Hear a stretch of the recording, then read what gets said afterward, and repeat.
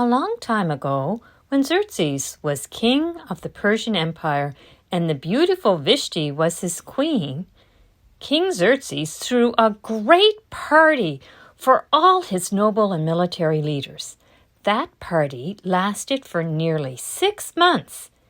And to finish it up, he gave a 7-day banquet in his palace for all the men who were in the citadel of his capital city. At the same time, his queen Vashti gave a banquet for all the women.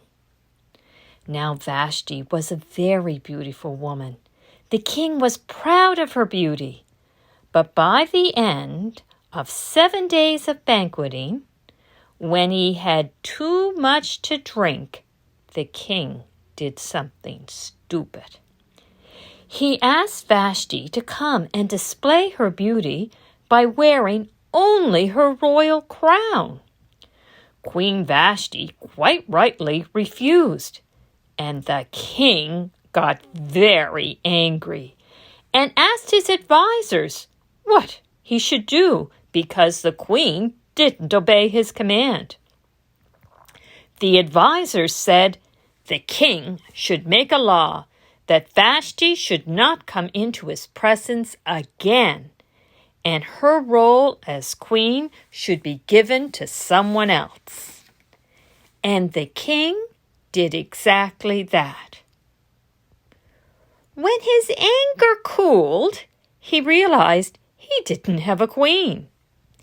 His advisors suggested he should have a beauty pageant for all the beautiful girls throughout his lands, and whoever pleased him could be his queen.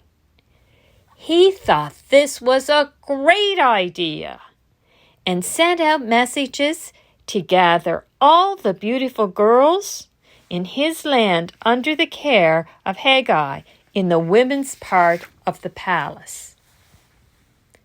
At this time, in the same city, there lived a man called Mordecai, a Jewish man whose ancestors had been carried into exile in Babylon. He had brought up his cousin after her parents died, and her name was Esther. Esther was a lovely girl, and she was taken to the king's palace for this beauty pageant. She was there a long time, as each girl was to have 12 months of beauty treatments before she was taken to meet the king. But each day, while Esther was there, Mordecai walked near where she was to find out what was happening. Mordecai had told her not to tell anyone that she was Jewish or about her family background. When Esther's turn came to go to the king, he was more pleased with her than any of the other girls, and he had made her his queen. He had a great banquet, and he had given everybody a holiday. A while after Esther had become queen, Mordecai was sitting by the king's gate, and he heard 2 people plan to kill the king. He told Esther, and Esther told the king about the plot, giving Mordecai the credit. Sometime after these events, the king gave Haman the greatest job in all the land, and everyone was to kneel down before Haman and pay honor to him, but Mordecai would not. Day after day, Mordecai refused to bow down, and day after day, the king's officials spoke to him about it. He told them that he would not bow down because he was a Jew. When Haman saw that Mordecai would not kneel down, he became very angry. And his officials told him that the reason was because Mordecai was a Jew. So Haman decided that not only would he kill Mordecai, he would see that all the Jews were killed. Haman went and he told the king there was a people scattered throughout his kingdom whose customs were very different and who did not obey the king's laws. and really, it was best to get rid of those people.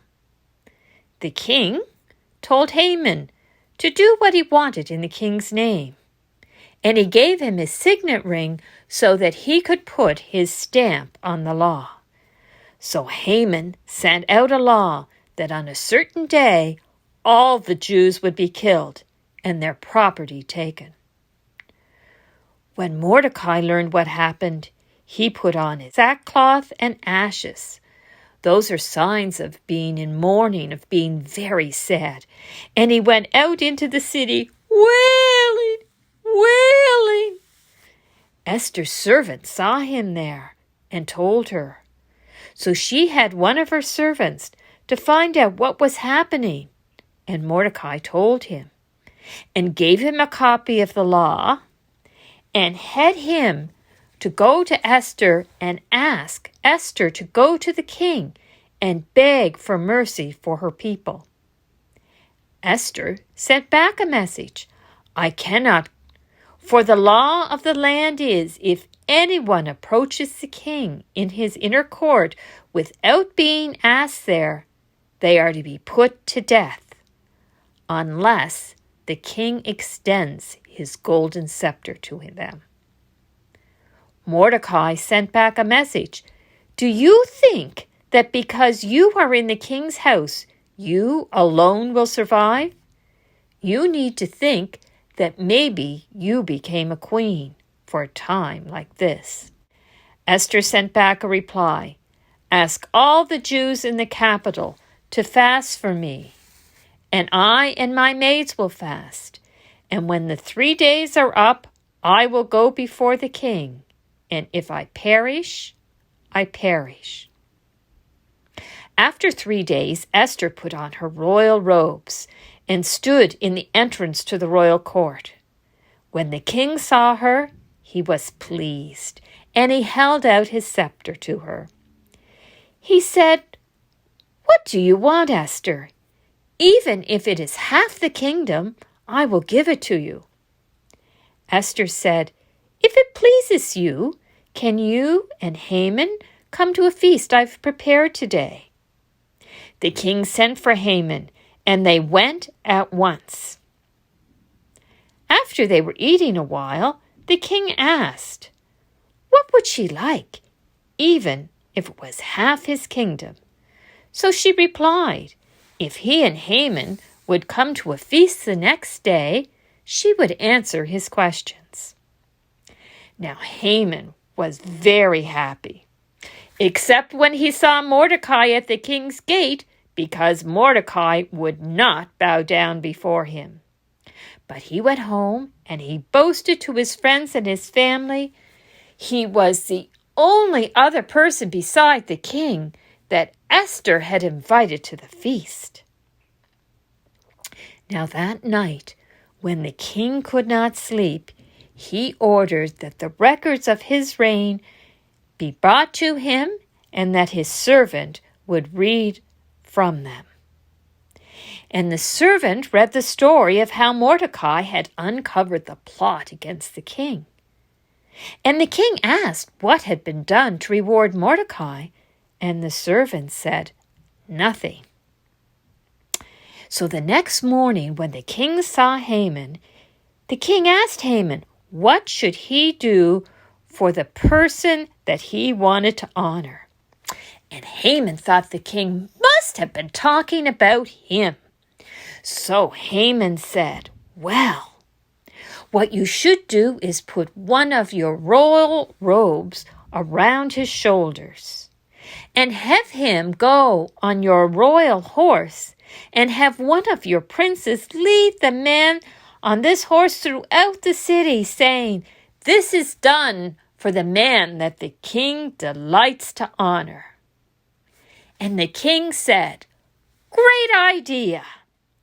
Get the robe and the horse, and do just as you suggest, for Mordecai the Jew. And Haman was not happy, but he had to do what the king said. Later that day, the king and Haman went to Queen Esther's banquet. Once again, the king asked. "What is your request? It will be given to you, even if it's as much as half the kingdom." Queen Esther says, "If it pleases you, spare me and my people, for we are going to be killed." King Xerxes was quite upset, and he said, "Who ever would do such a vile thing?" And Esther said, "Haman." The king got very angry. He ordered Haman to be killed. He gave Esther Haman's property, and he gave Mordecai the signet ring that he had given to Haman. Esther begged the king to put an end to the evil plan. But the king said, "I cannot do a law that has been sent out, but that Mordecai could do what he thought was best." So Mordecai had a decree written up with the king's seal on it, that the Jews had the right to defend themselves from their enemies. And that law was sent throughout the land, and there was much celebration among the Jews.